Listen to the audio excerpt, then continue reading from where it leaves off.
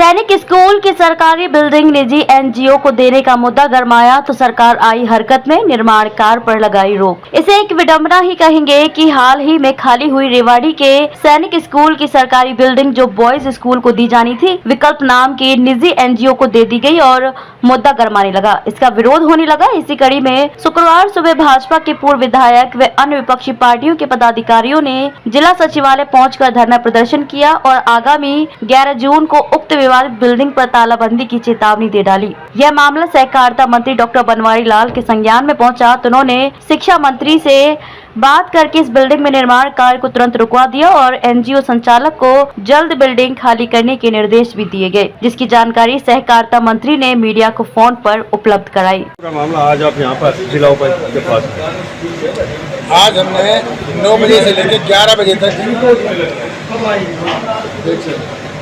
उसी स्थल पर धरना दिया और धरने में शहर के आसपास के इलाके के लगभग सारे बुद्धिजीवी और क्रीम उपस्थित थे। वहाँ ये निर्णय लिया कि सरकार चाहे इस ठग को,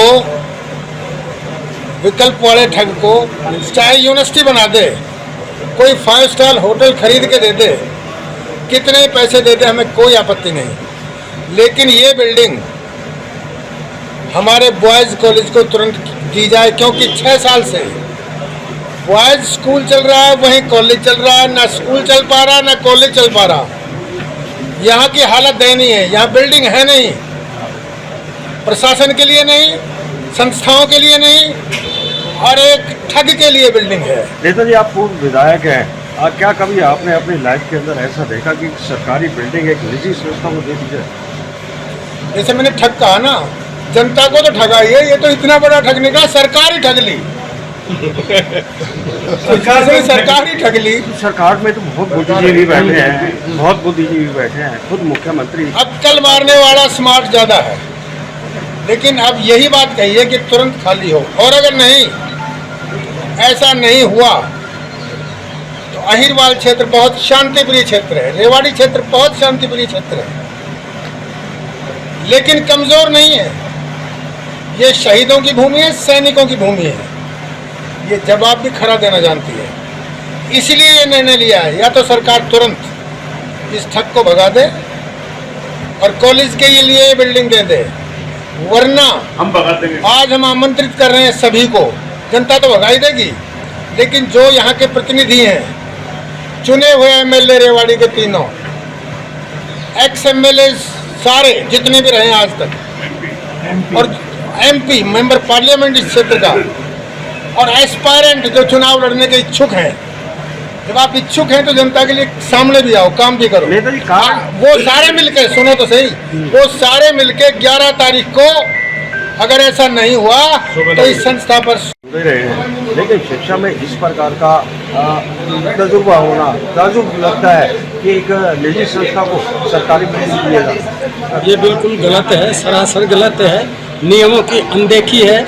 किसी भी सरकारी बिल्डिंग को किसी तरह से भी प्राइवेट को देना औचित्य नहीं है, बिल्कुल दुर्भाग्यपूर्ण है। आखिर शय किसी है?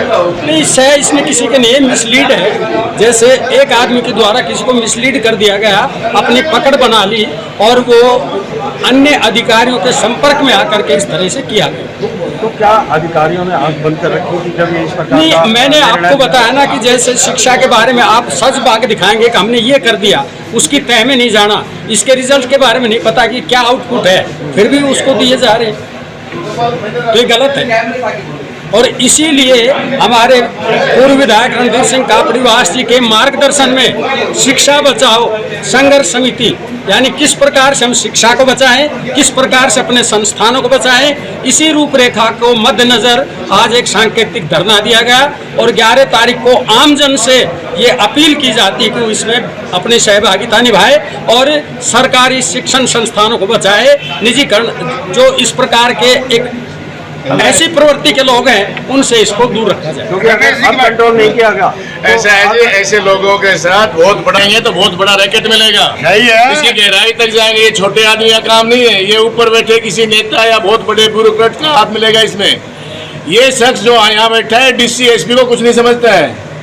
यहाँ जो भी आदमी मिलता है, इससे एकदम ठोंडे वाली यानी दादागिरी टाइप से बात करता है। इसका आप लोग देखिए रिजल्ट क्या रहा है, क्या सक्सेस रेट हुआ है। इसका 1% भी सक्सेस रेट नहीं है और इसको इतनी सुविधाएं दी जा रही है। इसको 100 बच्चे पढ़ाने की अनुमति थी, ये कम से कम 700-800 पढ़ाता है।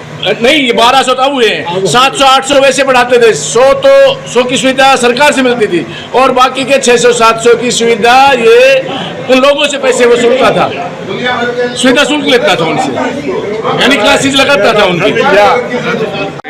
जो सरकारी बिल्डिंग का दुरुपयोग, देखिए, जो आज सरकारी बिल्डिंग के ऊपर जो एक निजी संस्था को सौंपने का जो काम किया है, ये कहीं ना कहीं सरकार के नुमाइंदों ने किया है। जब सरकार के 2 मंत्री इसमें आते हैं तो वो उनको सोचना चाहिए किसी भी संस्था को हम सरकारी बिल्डिंग कैसे सौंप दें। और सरकारी बिल्डिंग अगर सौंप रहे हैं तो खासकर वो तब जब उसमें बच्चियां पढ़ रही थी, वो सीनियर सेकेंडरी स्कूल की जब बच्चियां वहाँ पढ़ रही हैं। हमारे यहाँ पर कॉलेज जो खोला गया था, उस कॉलेज के लिए अभी तक जगह नहीं है। वो कॉलेज हमारा बॉयज स्कूल में चल रहा है, क्यों ना ये बिल्डिंग उस कॉलेज को दे दी जाती। लेकिन यहाँ पर जो सरकार है वो सरकार ही राजनीति करने का काम कर रही है। सरकार जो है सरकारी बिल्डिंगों को और कहीं ना कहीं निजी हाथों में सौंपने का काम कर रही है। तो इसके विरोध में आज जो यहाँ के जो जागरूक नागरिक थे और उन जागरूक नागरिकों ने यहाँ पर अपना धरना दिया और आज डीसी साहब के पास इसके लिए ज्ञापन देने के लिए आए हैं। और इनकी यही मांग है कि ये जो संस्था को जो बिल्डिंग दी गई है ये पूर्णतः गलत दी गई है, या तो इस बिल्डिंग को खाली कराया जाए, अन्यथा इसके लिए एक बड़ा आंदोलन इसका रूप ले लेगा। बिल्डिंग का दुरुपयोग और वो भी निजी हाथों,